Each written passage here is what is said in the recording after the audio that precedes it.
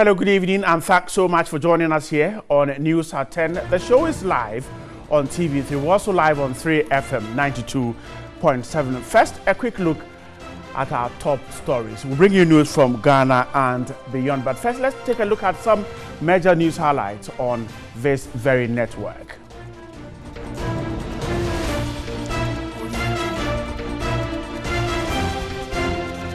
A third-year student of Boku Secondary Technical School in the Upper East region has died from meningitis. The male student, whose name has been withheld, died at the Boku Presby Hospital on Wednesday, December 13.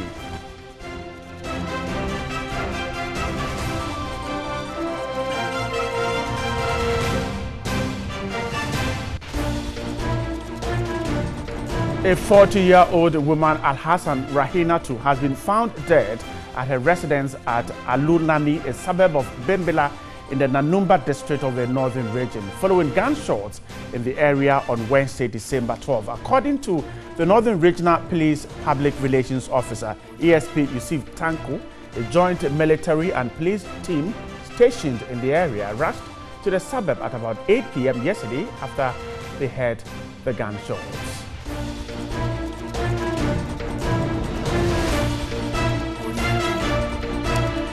One of the 12 people named as being part of those who orchestrated the Central Medical Store fire in 2015 says the investigative report into the incident lacks merit. Alhaji Inua Yusuf, who is pleading innocence, says the findings into the incident that cost the nation some 350 million cedis worth of medical supplies does not represent a true account of what caused the inferno.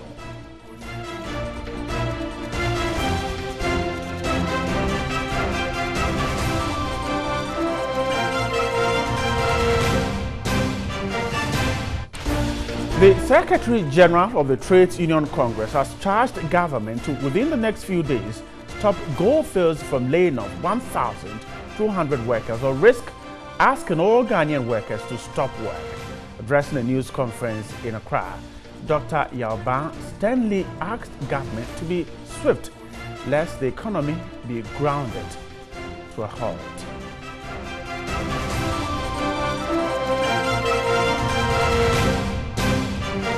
And finally, on the international front, South African President Jacob Zuma has lost 2 court cases in one day, both linked to corruption allegations.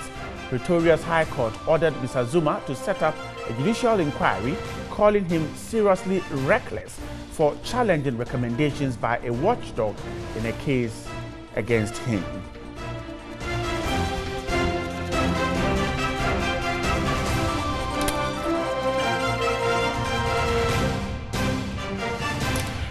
If you're watching us from Dafiama in the Upper West region, if you're watching us from Kintampo in the Bonahafo region, if you're with us from Winneba in the Central region, this is your show, News at 10. We're starting with a big one.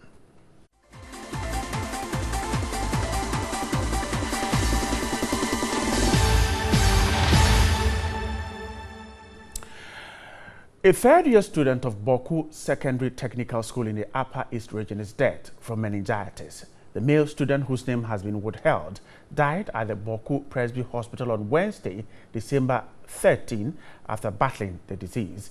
This is a report by Tanko Mohammed Rabiu. As the Ghana Health Service puts in place measures to control swine flu at Kumasi Academy, another epidemic has hit the Boku Senior Technical School and Tempane SHS in the Upper East region. Health experts are suspecting meningitis, which has claimed the lives of 1 student of the Boku Senior Technical School. 6 other students were left in critical condition, 5 of which are from the Boku Senior Technical School, while 1 student is from Tempane SHS.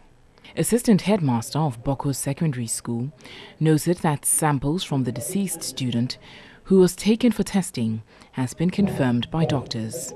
Medical doctor at the Boku Presbyterian Hospital, Clement Opong, confirmed the said student was brought to the facility yesterday and diagnosed with meningitis and eventually passed on. The other students are on detention pending for testing. Meanwhile, one student from the Tempane district has also been confirmed a meningitis patient and is currently in critical condition. School authorities in the region are taking measures to control the disease.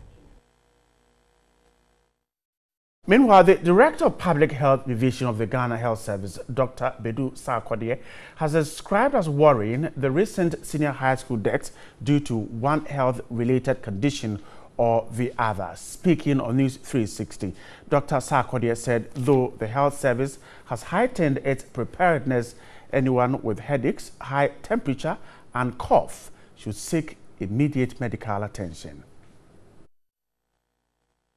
Have you gotten any latest to the situation in the Tempane Senior High School? We have had information from the region and we wanted to extract more. The information that we had, that what you're saying is right. Tempane, they have recorded one death.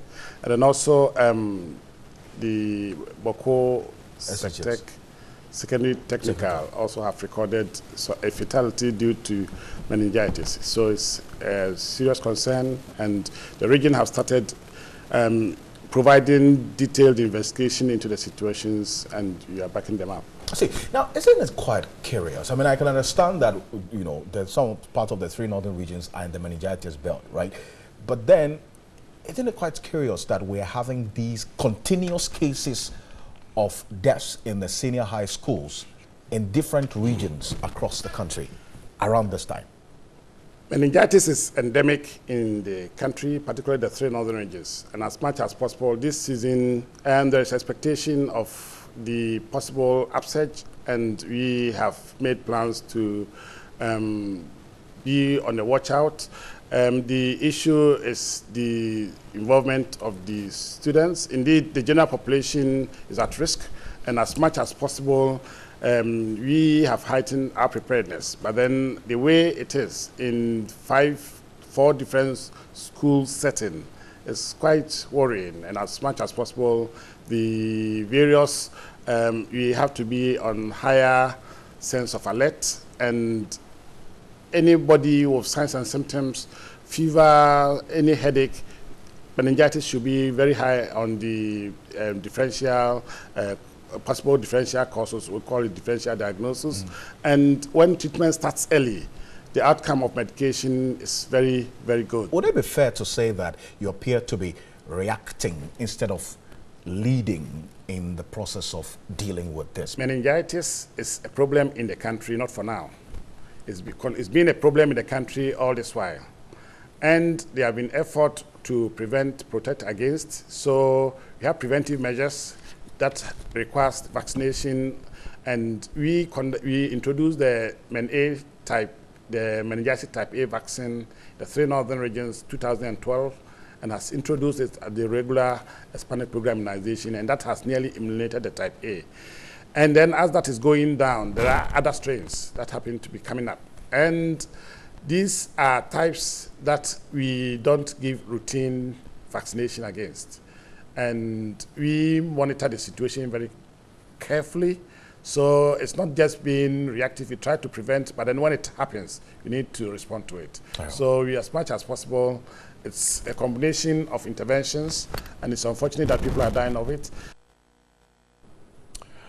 Dr. Bedu Sarkodie of the Ghana Health Service. Meanwhile, the medical superintendent at the Boku Presbyterian Hospital has confirmed that at least one student of the Boku Senior High Technical School has died from meningitis. 9 others are on admission, with 3 showing signs of meningitis. He also spoke on News 360. As of now, we have about 10 students reporting with various cases of signs and symptoms of meningitis, with 1 dead and then 1 in critical condition. The one who died this morning is a 19-year-old from one student from the Boko Technical High School who died at dawn around 5:30 this morning. And then the other one from the Tempane Senior High School is also critically ill. For now, we don't have any other cases from Tempane Senior High School, but all the suspected cases that are coming through are coming from the Boko Technical High School. And as of now, we have about 8 more students on admission being observed and then various tests being done. And all of these students who have been admitted are showing symptoms of meningitis? No, it's only, we have only 3 of these students that actually satisfy the case definition for meningitis. The other students because they come from the school, which has heightened our suspicion, so we are only keeping them and then doing the necessary tests. But for a case definition for meningitis, we have only 3 students that actually show that satisfy the case definition. I see. But the students you refer to as being in critical condition, how critical is it? Is it possible that he's going to be saved or cured? It's possible. Everything is possible. But I think his condition is critical. That's all I can say. Yeah. But do you have plans to transferring these students, to the regional hospital if the case gets worse? Yes. So I think we have plans, even though we don't have any ambulances here. Well, I think we can call from ambulances from other districts to come and help us transfer them. But for now, I don't think we have any reason to transfer them. Yeah. Dr. Bon, you said you don't have an ambulance at the Boko Presby Hospital? The whole of Boko municipality, there's no one roadworthy ambulance in the Boko municipality. The whole Boko municipality. We don't even have one.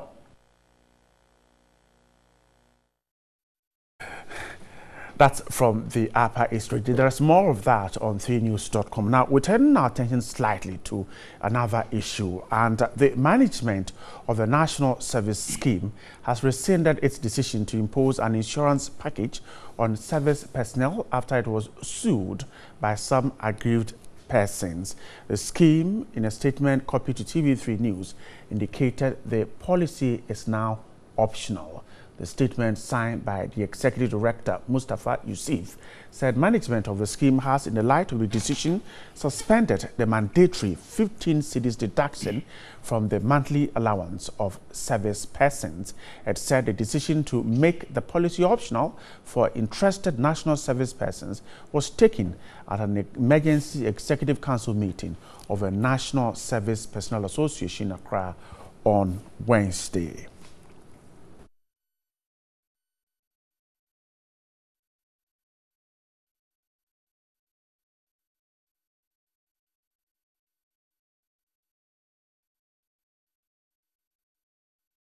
Meanwhile, a group calling itself the Concerned National Service Personnel Association of Ghana sued the NSS boss as well as the scheme over this mandatory insurance policy. And my guest in the studio is the convener of that group, Williams Agbodo. Good evening, sir. Grateful for your time with us. Let's begin from here. So this is a victory for the Concerned National Service Personnel Association. I think so. And our good evening to your viewers as well. Our disagreement with this NSS NASPA policy from day one has been anchored on 2 grounds: misplaced priority and unconstitutional nature of the policy. Unconstitutional nature in the sense that our mother constitution, which is the Constitution of Ghana, has given us the right to association. Right to freedom of association. You can join any association that you want. Yes, where and you can decide not to join. The will to join any association. But NASPA, in its constitution, has in it a provision where once you're a service person, you become an automatic member of that association, for which reason their decision should be binding on you. I find that quite contradictory with our mother constitution. So our argument has been that NASPA does not have the right to enter into an insurance policy on our behalf. In any case, since this insurance policy came, you have not had any policy document where terms and conditions are clearly stated. We have not read anything like that. NASPA as an association doesn't have it. We the service person, we the supposed beneficiaries of that service don't have we have not cited. We have not cited the document covering that insurance policy. But you rule it out that your association should have it. It only makes sense that we are entering into an insurance policy on my behalf. Bring the document so that I will read and give a consent to it. At the moment, Glyco doesn't have my next of kin, where if in the event that I pass out, you're not there. My next of kin will come and take the claims. They don't have, because they didn't come to me for any information. So I wonder how they were going to implement this kind of policy. So it's a victory. You're going to withdraw the case from court? At the moment, they have not come out clearly how the optional nature of the policy is going to be carried out. I don't know whether we have to apply for it to be implemented on us, or whether it's going to be on assessment from where, if you are, because we monthly submit our duty allowance form for payment of allowance. So I don't know how it's going to be carried out. So we want them to come clear how this optional... What exactly is in the optional choice that has been agreed on at the moment? And the reason why I'm saying on the other ground is the misplaced priority. I didn't tackle that one. Okay, quickly on that. The most challenges that national service personnel face in this country is issue of accommodation and late payment of allowances. At the moment, some of us, our members, have not received a penny since they started serving this nation. How many months is it now? Almost 4 months. 4 months. They are yet to be paid. Some. What they keep saying that they say their handwriting is the cause of the delay of the payment of allowance. They didn't fill the form properly. That's what I wonder how officials are saying. How we have telephone numbers on the form. So if there is something, if you are not seeing anything clear, why don't you call and find out? So I see that excuse untenable. And at the moment, generally, all service personnel have not received their November allowance. And they expect us to give out our best in serving the nation. I wonder how they expect us to do so. Now, let me take you to the substantive issue why NASPA, your association, which you said you're not too sure if it is compulsory for you to belong to, actually went into this agreement. Yeah. The issue was that when service personnel are on duty, they face certain challenges. They are not properly protected. They don't get that welfare packages when they run into trouble. Now that this has become optional, which means persons who are serving the nation can decide to join. How do we ensure that service persons are properly protected wherever they find themselves? Well, the Constitution gives us the right to determine for ourselves what best suits our interests, in as much as it does not conflict with the Constitution. So we are adult citizens of this country. So what we were expecting is that this policy from the onset should have been made optional, where individuals who think it is in their best interest will voluntarily sign up to it. So now that is optional, those who like the policy will now, based on the terms and conditions, subscribe to it, and they will reap the benefit thereof. So at the moment, our interest is supposed to be championed by our association, and so far we have not seen anything in that regard. The only policy they've come out with is this kind of what we call 419 policy, because they have no right to enter into such policy on our behalf. So the main thing they are there to do, they are not doing it. They are there to protect our interests, and our interests, major ones, are late payment of our allowances and accommodation issues. And our association is not seen doing that. The only thing they are always seen championing are things that will bring benefit to executives and other staff. So we don't actually see what they are doing in that regard. So what we are saying is that NASPA should focus on their core mandate in protecting and promoting the welfare and interests of service personnel across the country. They should not be left hanging and suffering at the expense of just in the name of serving the nation. They should be given the major attention they deserve.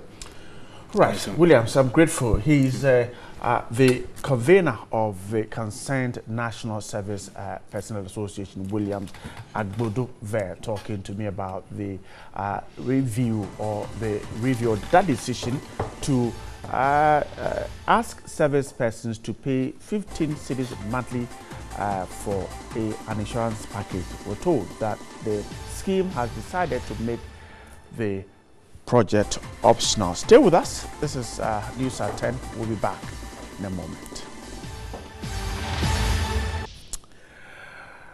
Welcome back. This is News at 10. In other stories, one of the 12 people named as being part of those who orchestrated the Central Medical Stores fire in 2015 says that report into the incident lacks merit. Alhaji Inua Yusuf, who is pleading innocence, says the findings of the incident that cost the nation some 350 million cedis worth of medical supplies does not represent a true account of what caused the inferno. The Central Medical Stores of the Ministry of Health was razed by fire on the 13th of January 2015, leading to the loss of 350 million cedis worth of medical supplies. An investigative report, among others, established that the fire was deliberately set. It also named the suspect, one Samuel Dogbe, a laborer at CMS, as the arsonist. Speaking to TV3 News, Alhaji Inua Yusuf, who is also a former management member of the medical facility, maintained he is completely innocent. He says he was only forced to speak about the issue after several failed attempts to seek redress. I waited for almost 2 years for the justice to be done and the people who banned the CMS to have been caught, and then the Ghanaian public will know. But unfortunately, the story that the minister sent out kept repeating itself in the media. I sent petition to the minister, the AG, and to have been caught, and then the Ghanaian public will know. But unfortunately, the story that the minister sent out kept repeating itself in the media. I sent petition to the minister, the AG, and the National Security Coordinator. They did not respond. That was immediately after the statement was issued. I sent another petition to the current minister, the current Attorney General, and the National Security Coordinator. Again, no response. I decided to place a formal complaint at Shraj. I'm waiting for a response. But the media keep repeating that same story. So I think that I owe myself a duty, and my children, and the people who look up to me, a responsibility to clarify. Because some of them don't even know that I have a petition out there. He believes the conclusion of the final report only seeks to divert attention from the real perpetrators of the act. Even the staff who were named, they were not in talking terms. So it is mind-boggling. It is practically impossible to have 11 people who were not in talking terms to come together to pay somebody. So if this comes out in a security report, then I get worried. This could not be a security report. And so many other people who were invited reported on the fact that there were a lot of communication problems. People at the same who were not talking terms. So how could anybody come with a list like this and say that they were those who burnt the place? It is just purposely to divert attention from those who really burnt the place. Alhaji Inua Yusuf revealed that it was upon his tip-off that the laborer who has been implicated as starting the fire, Samuel Dogbe, was identified. The Dogbe that was named, I met the National Security Coordinator at the Lisa Hotel to tell him that I have confidential information that some people were lurking around the place that the fire started. And he gave me audience, and I told him that. Since he broke his silence on the matter, Alhaji Inua says he has been receiving a number of death threats on his life. Soon after I spoke to the National Security Coordinator, I realized that my life was at stake. I got attacked at gunpoint once, and 2 different occasions. People came to my house at midnight, somewhere 2 o'clock a.m., 2 to 3 a.m. They banged at the gate several times. We said nobody should come out. Then they drove off at top speed. So that is the situation. But I think that I prefer to die on my feet to dying on my knees. It's the Almighty God who owns my life. The Health Minister, Kwekwa Jimamenu, has already submitted the contentious report to the Auditor General, Daniel Domelevu, for a forensic audit to be conducted into the findings.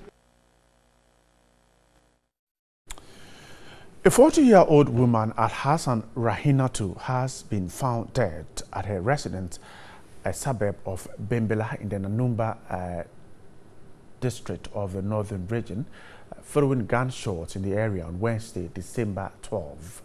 According to the Northern Regional Police Public Relations Officer, ASP Yusuf Tanko, a joint military and police team stationed in the area rushed to the suburb at about 8 p.m. yesterday after they heard gunshots. The body has since been deposited at the Bimbilla Government Hospital for preservation.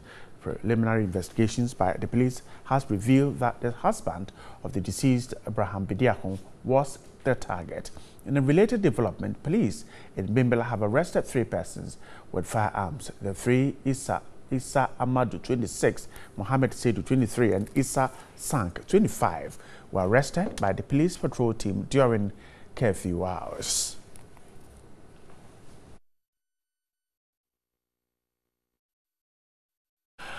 And from Bimbilla, we're wrapping up the show for tonight. Thanks so much. If you listen to us on 3FM 92.7, if you watched us on TV3, we're grateful for your time. The show was put together by Selom. My name is Bright Nanansa. Have a good evening. Stay right here on TV3. Good night.